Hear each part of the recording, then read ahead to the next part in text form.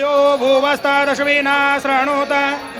जो वामीशानं जगतस्तस्थो खट्पतीन्द्रिय जिन्वमवशे हुमहे वयम् ओकानोजथ वेदसामसव्रदे रक्षिता पायुरदब्धः स्वस्तये स्वस्ति न इन्द्रो वृद्धस्रवा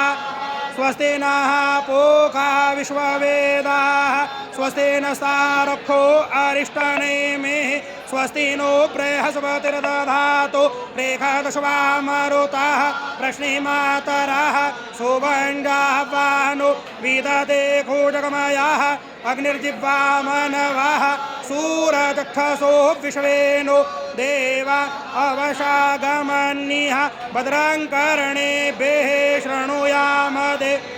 भद्रां पश्येमाक्षभिर्जत्राः स्थिरैरङ्गैस्तुष्टो वा गोसुस्तानोर्ब्रिव्यशे महिदेवहितं जदायोः सतमेन्नो सरदो अन्तिदेवा जत्रानश्चकराजरसहन्तनो